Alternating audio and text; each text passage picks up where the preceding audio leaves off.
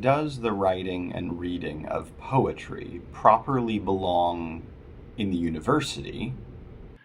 Or is poetry a thing of the street, maybe even of the wilderness? Let's talk about it. So Dr. Adam Walker posted a recent video on his Close Reads Poetry channel that got me thinking. Now, I'll link to the video below. It's not quite about poetry in particular. It's more about the humanities. And if you've been paying close attention at all to education news, you'll have seen many alarmist articles, really for years and years, about the diminishment of the humanities in the American university. And the narrative goes something like this, that as we become more and more technologically, not just advanced, but technologically dependent on our computers, dependent on our phones, dependent on our apps, dependent on AI, the more we see technical skills, computer programming, coding, AI prompt generation. We see these as more and more the most useful skills. And things like the ability to interpret a novel or the ability to logically evaluate an argument in philosophy or the ability to think about historical developments. Really, any of these abilities that philosophy, literature, history, not to mention theology, religious study, any of these questions or considerations seem to become less and less interesting to us as the big technological skills seem to dominate. And especially when you have the richest men in the world be tech billionaires, Elon Musk, Jeff Bezos, these figures, we start to think, well, to be rich and famous, we need to be doing the things that they're doing. And so when we look at the university, when we look at undergraduate and graduate study, we think, well, the best thing to focus on there is to train the next Elon Musk, to train the next Jeff Bezos, to train the next tech mogul.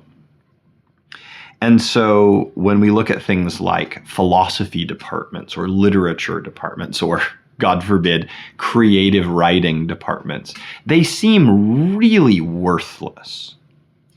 And so in real time, you can see that as small colleges are just closing and big colleges are getting bigger, the humanities are being eclipsed. Humanities departments are being either diminished, defunded, cut, and state governments are getting involved in this. The federal government is getting involved in this.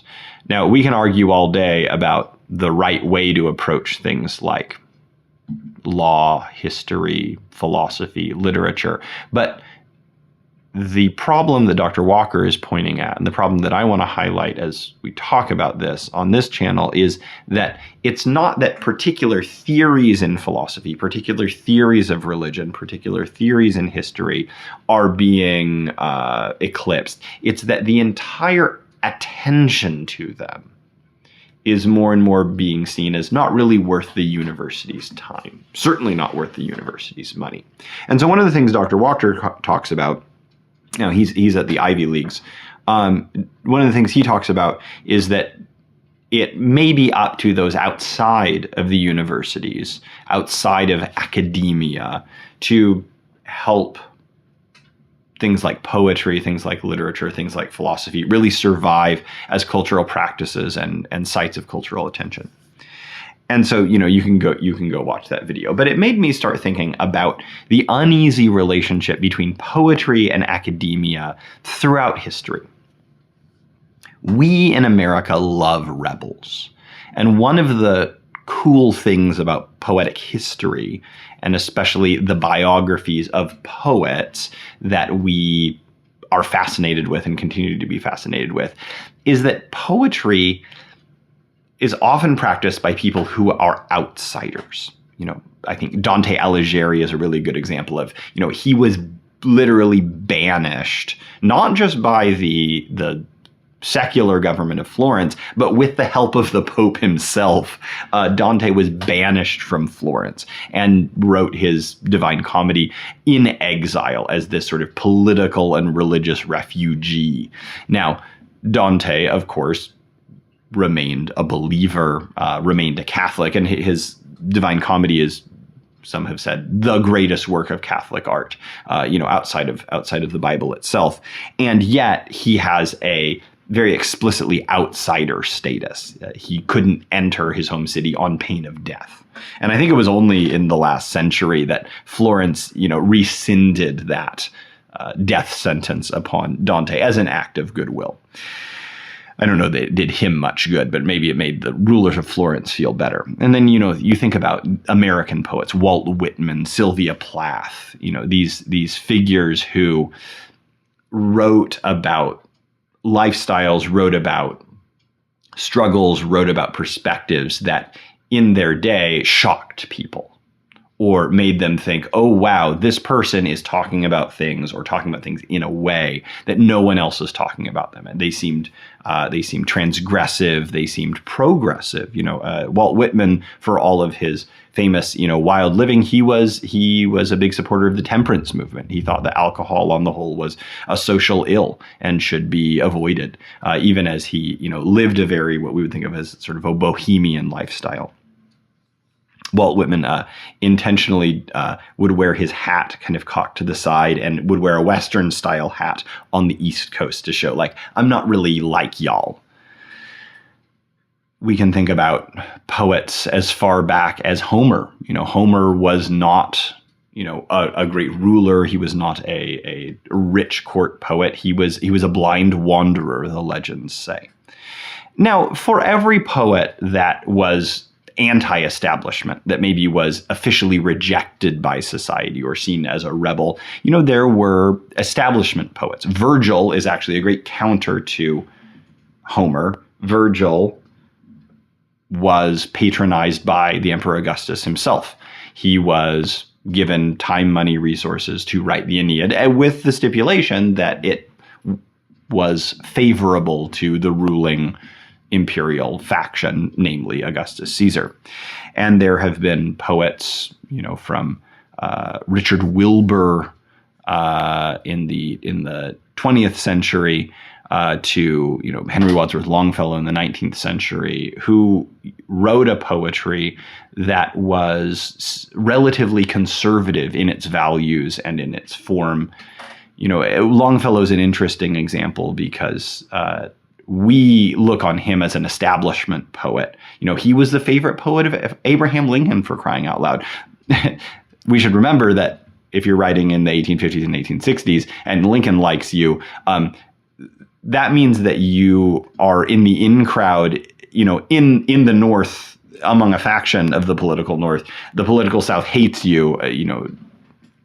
Longfellow's books were banned in the South because he used the word slavery, and he spoke of slavery with great antipathy, and this was seen as political, basically political disaster. You couldn't talk like that in the South. Edgar Allan Poe, for all of his outsider status that we often talk about, defended the Southern censorship of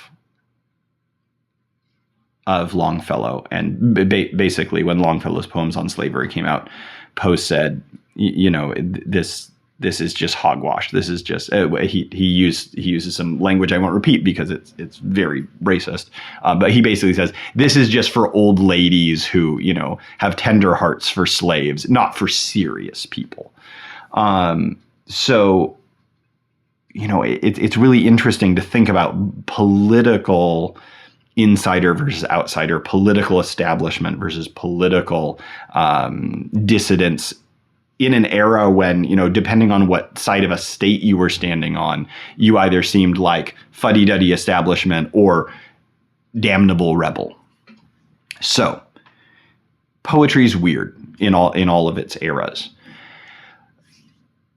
But we've been thinking about the political establishment. Let's think about the educational establishment.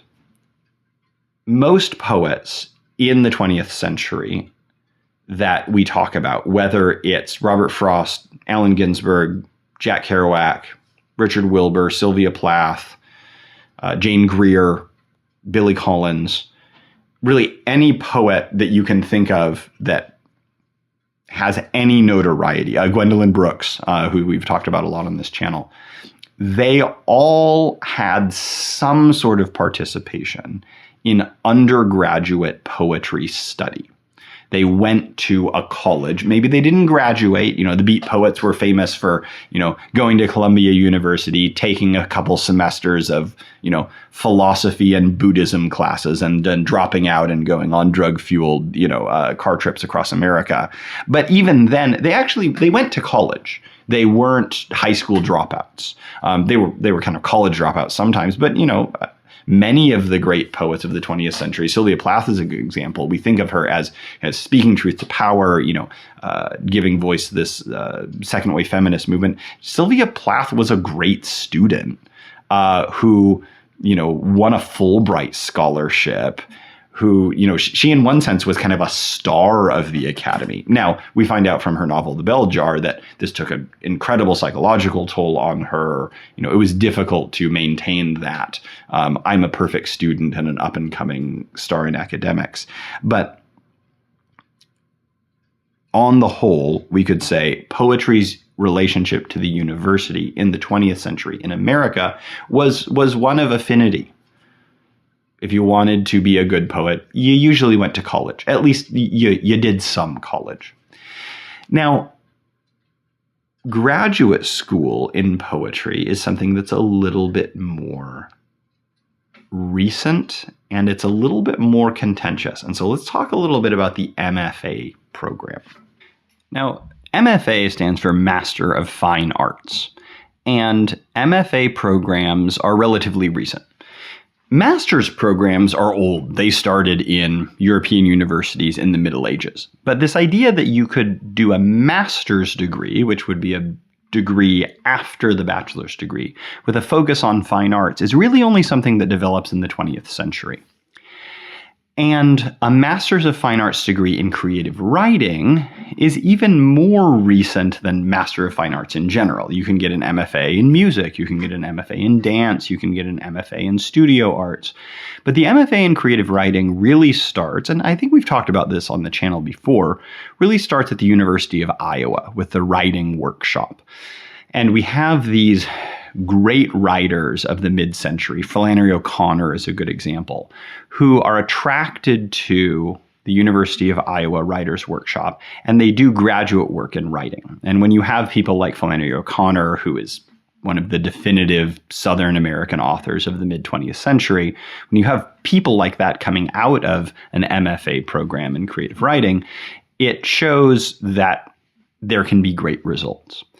And so over the last 50 or so years, it's become standard, especially in America, to expect someone who's serious about creative writing, especially serious about poetry, to get not only a bachelor's degree, say in the humanities or in English, where maybe they take a creative writing course or two, maybe they don't, but to go on and get an MFA in poetry, to kind of show that they have the right credentials. But like I said, this is very recent. And ever since the University of Iowa Writers Workshop, there's been a question of whether this is, not just whether this is necessary, but whether this is actually giving to the university a sort of rubber stamp on the legitimate creative writer that the university really shouldn't have. Stephen King writes about this in his book On Writing, where he talks about he, a successful novelist, no one's idea of the most literary novelist, but quite successful, one of the great American storytellers, especially at the popular level. He writes in his book On Writing about how he's a little worried about this MFAization of American writing. One, it can lead to writers who maybe are having success outside of this official university setting as feeling a little bit ostracized. It can also lead to kind of several different striations of writing. In fiction, we can see that there's this distinction, and sometimes you'll even see this, at Barnes and Noble, between literary fiction, Faulkner, O'Connor, Cormac McCarthy, these very maybe esoteric, densely elusive, difficult writers, with more pop or genre level fiction. Stephen King, Dan Brown, Sue Grafton, these writers that are kind of seen as not part of the literary elite. They don't have MFAs after their names, and thus they're kind of for the rabble. King is right to be worried about this. And this is something that in poetry has not really, I think, infected poetry for most of the 20th century, but it has recently, with the distinction between what's called insta poetry and literary poetry. So if you go to Target or Walmart, you'll find lots of books. We've talked about this before, especially from Andrews McMeel publisher, Rupi Kaur, R.H. Sin, Amanda Lovelace, Lang Leave, and others who probably don't have MFAs, though maybe they have taken writing classes, but are writing not for the literary elite, but they're writing for teens on the internet. And that has made them a considerable amount of money, got them good book deals with Andrews McMeel publisher, and it's sort of the equivalent of the genre fiction of the Dan Brown, Stephen King, Sue Grafton, Stephanie Meyer, Suzanne Collins types. They're, the Hunger Games is appealing to the same audience that Rupi Kaur is appealing to, whereas maybe Alicia Stallings, Oxford professor of poetry, she's publishing with Farrar, Straus and Giroux. Her books are aimed at the same people that like a new Cormac McCarthy novel is aimed at. So there's the literary poetry and fiction, and then the popular level poetry and fiction. And I think that this university co-opting of creative writing adds to this striation. It's unfortunate because I think someone like Alicia Stallings would be the first to say the writer, especially traditionally looking back to the 19th century, 18th century and before, the writer needs the populace and the populace needs the writer. The writer, think of someone like Constantine Cavafy, he needs to walk down the street in Alexandria and be, interacting with the folk of the town and the common man in order to write about him, I think, in a way that engages with the common man. And we see this in Cavafy, see this in Longfellow. I think we even see it in people like Frost and Plath, who had a little bit more university experience than someone like Cavafy or, certainly someone like Homer. So I'm not trying to say that if you go to college and major in creative writing and then go get a Master of Fine Arts, that you somehow become, part of this detached elite. And yet there's a danger of it.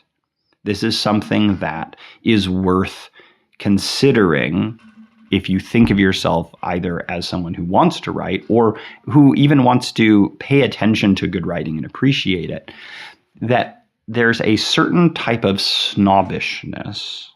And I want to say this carefully. There's a certain type of snobbishness that says, I only will call something good if it comes from a writer of a certain class or a certain level of education. And usually those go together in America. Usually the upper middle class or upper class often goes along with people who can afford things like MFAs in creative writing. People who can spend lots of time at the bachelor's and graduate level. And so there's a worry, which is, I think, legitimate, that if poetry becomes just something for graduate students or people who have graduate degrees after their name, then poetry will cease to matter and be important to the common man. Now, Poetry is always emerging at every level of culture. I think if we take a broad view of history, poetry emerges from the street, whether or not there's MFA programs in a culture or not. Poetry is written by people who are highly educated, whether or not it's going on the street. And usually it's going on in both places, and they rejuvenate each other.